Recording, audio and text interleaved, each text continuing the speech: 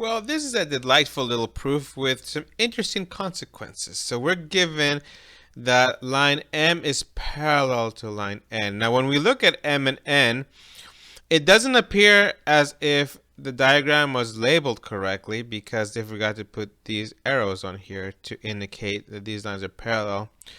So you know M is parallel to N because that was given, and N is parallel to K. So I'm going to go ahead and do, let's do N is parallel to K. I'll put double markings there. Okay. We have to prove that M is parallel to K.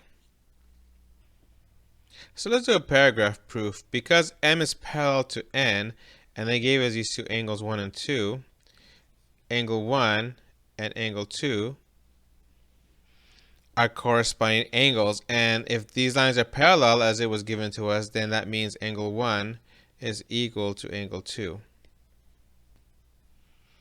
Also, if N and K are parallel, then 2 and 3 are equal to each other because they're corresponding angles.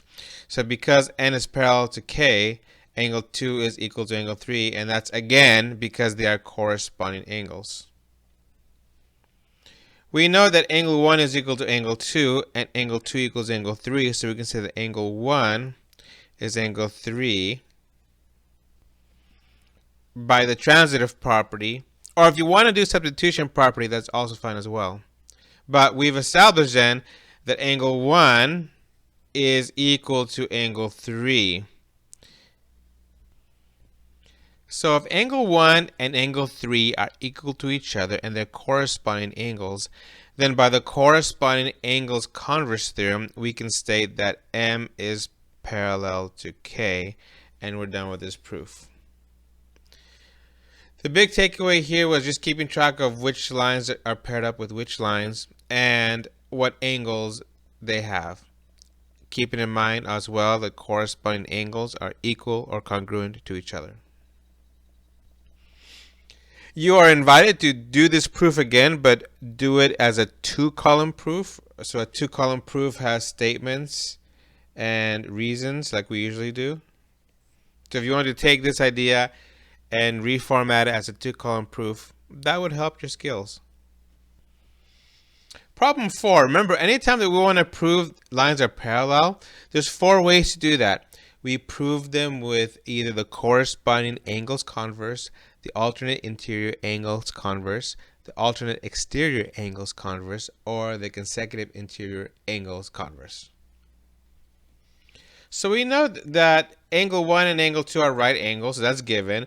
And they've been labeled on here. You see how this little red square, this indicates that this is a right angle, and that also indicates that this is a right angle. Well, what do we know about right angles?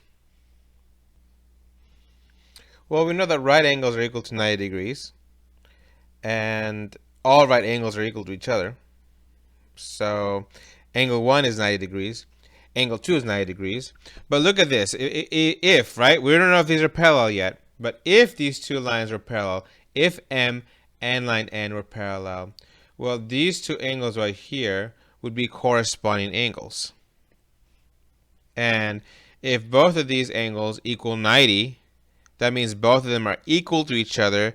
That means the corresponding angles are equal to each other.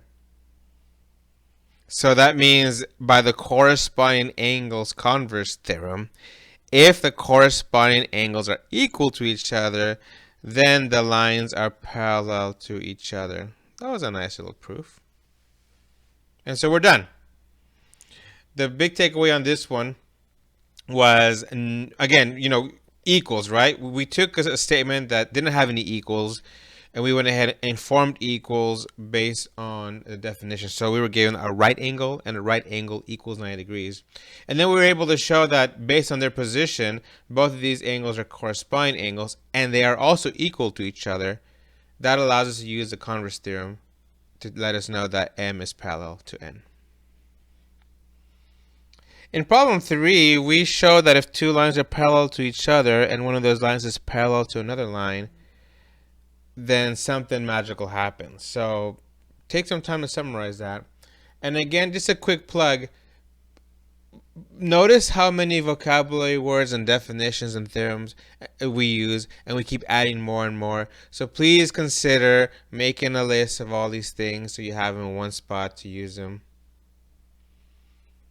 Also consider maybe rewatching these videos and pausing and trying to verbally explain these things. You'll find that if you verbalize these words, right, if you actually say them out loud, if you are able to say, well, these two angles are equal to each other because they're corresponding angles, and if the corresponding angles are equal to each other, then I can use the converse theorem. So being able to vocalize that and verbalize that goes a long way for your understanding. Some of you ask me, what can you do better? Well, that's a suggestion. Try pausing the videos, verbalizing, see if you're saying the same things that I'm saying.